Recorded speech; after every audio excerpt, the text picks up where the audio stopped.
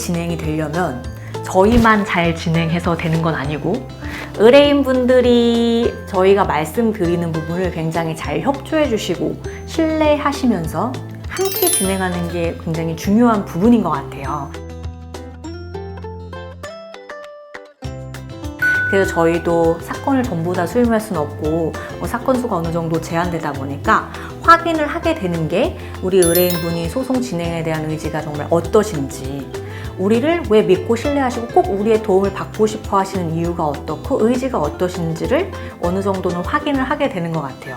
물론 도움을 요청하는 분들을 무한정 다 도와드릴 수 있으면 좋겠지만 그렇지 못할 수도 있다 보니까요. 이제 몸은 하나다 보니까 그럴 수가 있게 되는데, 그래서 우리가 참 승소를 하고 정말 좋은 결과를 얻었다는 건 우리만 잘한 것이 아니라 의뢰인분도 잘 협조를 해주셨다는 거다, 이렇게 생각을 하기 때문에 소송이 잘 마무리되면서 서로 고마움을 표시하는 경우가 굉장히 많은 것 같아요. 근데 물론 그렇지 않을 수 있다는 걸 늘 이해하고 열린 마음으로 갖고 있습니다.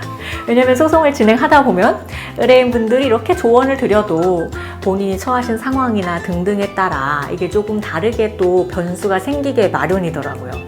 그래서 굉장히 우리가 말씀드린 조언을 너무 잘 준수를 해주시는데 물론 예외도 있다.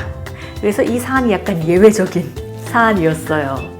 왜냐면은 우리가 소송을 진행하다 보면은 여러 가지 변수가 있고, 특히 이 사안의 경우 아직 임시 양육자 또는 임시 양육비, 임시 면접 교섭에 대한 사전 처분 결정이 나오지 않은 상황이었어요. 그리고 상대방은 이제 아이 아빠가 유아인도 신청을 한 사안이었고, 그래서 지금 이 상황에서 기일 직전이었단 말이에요. 그래서 기일 직전에는 굳이 아이를 보내실 필요는 없는 것 같다. 기일에 가서 빨리 합당한 결정을 받아서 면접 교섭을 충분히 협조하자, 이런 말씀을 드렸던 부분이에요. 물론 이게 오해가 없으셔야 될 것 같긴 한데 조심스러운 부분이긴 합니다. 대략 말씀드리면 이래요. 사안을 다 말씀드리기는 어려우니까.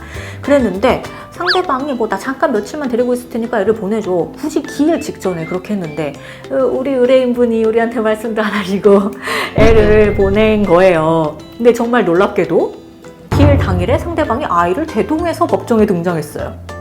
여기 자기 자리에 딱 앉았어요.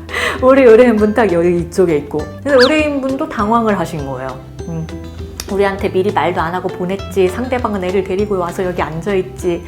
그리고 아이는 뭔가 초등학생인데 자기 아빠에 대한 막 유리한 거라든지 본인의 그런 의견을 열심히 얘기를 하고, 약간 열심히까지는 아니지만 그런 의견을 얘기했지. 그래서 상황이 예상치 못한 상황이 된 거죠. 근데 늘 예상치 못한 상황이 있을 수도 있다고 예상을 하면 모두 예상 범위 내이긴 합니다.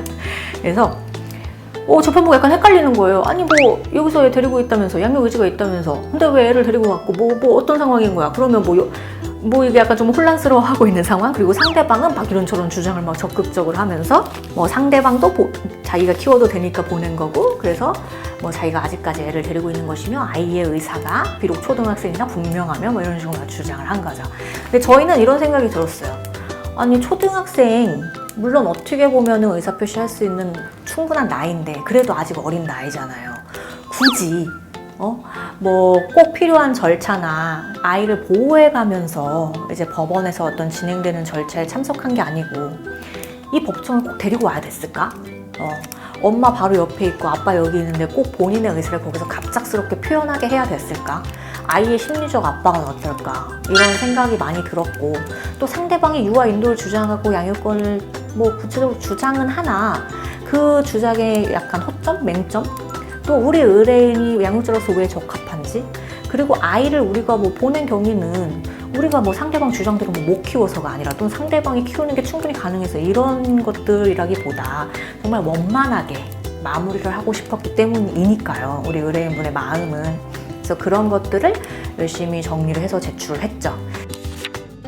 그래서 사전처분 결정 자체에서 조금 치열한 부분이 있었고 변수도 있었지만 2개의 결정을 받게 되죠. 상대방의 유아인도 신청에 대해서는 기각한다는 결정, 그리고 우리의 소송 중 임시양육자로 지정해달라는 신청에 대해서는 임시양육자로 지정한다.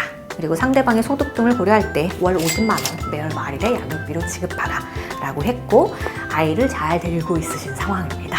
네. 그래서 변수에도 불구하고 늘 항상 차분하게 진행을 하셔야 되겠고요.